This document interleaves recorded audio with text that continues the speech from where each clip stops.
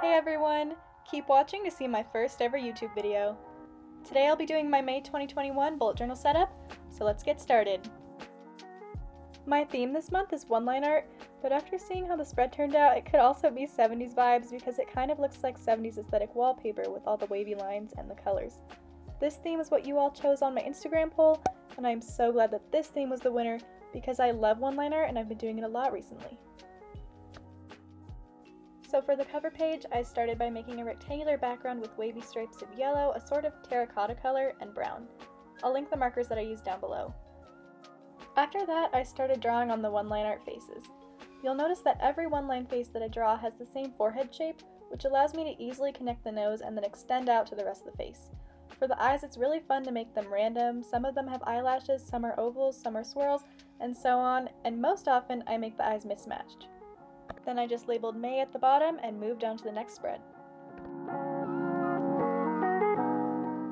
For the quote page this month, I made another colorful background in the shape of a circle. Instead of having the three colors in wavy stripes, this time I made more overlapping shapes. For all of these backgrounds, I make sure that I'm coloring in the same direction, that way the shape looks a lot more cohesive. I think that's a small detail, but it really makes my spreads look a lot better. So now you can see that I used a white gel pen this time to outline the one-line face instead of using a black pen, and this face is also a lot more angular than the ones on the cover page. For the quote, I wrote, "If not now, when?" because I've been trying to become more involved in activism lately, and this quote is just a reminder to myself. For the calendar page, I started by making 31 colorful 5x5 boxes. I had no particular pattern when I drew these, I just randomly picked the next color and tried not to put the same color twice in a row too often.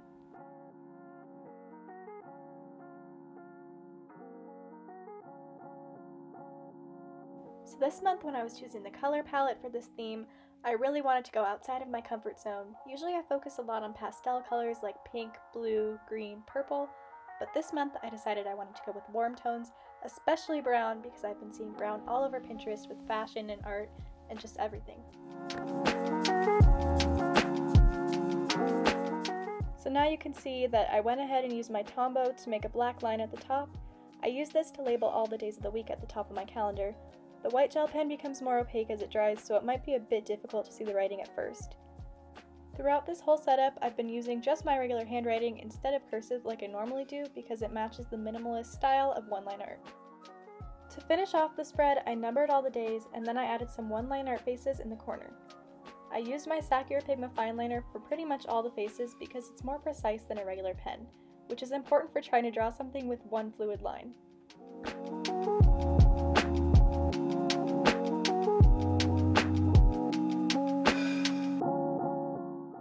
And finally, I wrote May at the top, also with a one-line art pair of lips just to fill up some extra space, and I also added a spot for my monthly goal.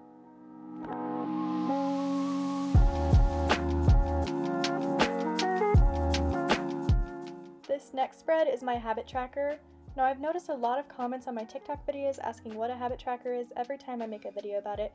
Basically, I make mini monthly calendars and each day I check off the corresponding box on the mini calendar if I completed the habit that I'm working on.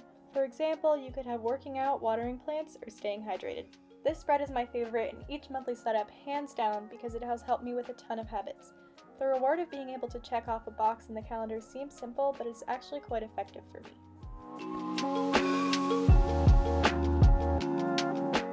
So as you can see, I made 9 colorful rectangles and then drew the May calendar shape over top, keeping with the one-line art theme. I also made 9 black labels, same as the calendar page, where I'll label each habit. And lastly, I labeled the top of the page with habit tracker, although apparently when I write my thumb gets in the way of the camera. Oops. My mood tracker is the only page this month without any one-line art. Instead, I took inspiration from the 70s-esque background on the cover page. I drew a bunch of randomly sized rectangles and then separated them with wavy lines. All of this is done with a light gray mildliner so that when it is completely colored in, the outline won't be visible.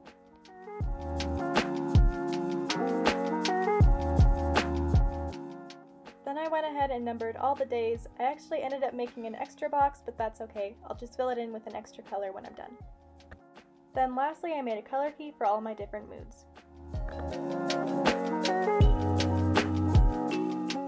And lastly is my first weekly spread of May, which sounds so weird to say because I cannot believe we're already 5 months into 2021. I started by making 2 rectangles with the yellow and terracotta colors. These were the backgrounds for some more one-liner faces. Generally, I try to start with bigger faces in the middle and surround it with smaller faces on the edges. After I wrote May in the corner, I made 7 boxes with this theme's color palette. I also decided to highlight the top of each box to give space to write the days of the week. I totally forgot to write in the dates, but I went back and added them after filming. And then last minute I decided to outline a few of the boxes with some squiggly lines just to keep with the theme.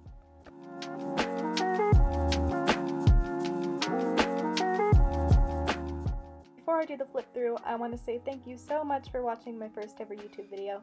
This was so fun to make, and I hope you enjoyed it, and maybe got some inspiration for your own bullet journal.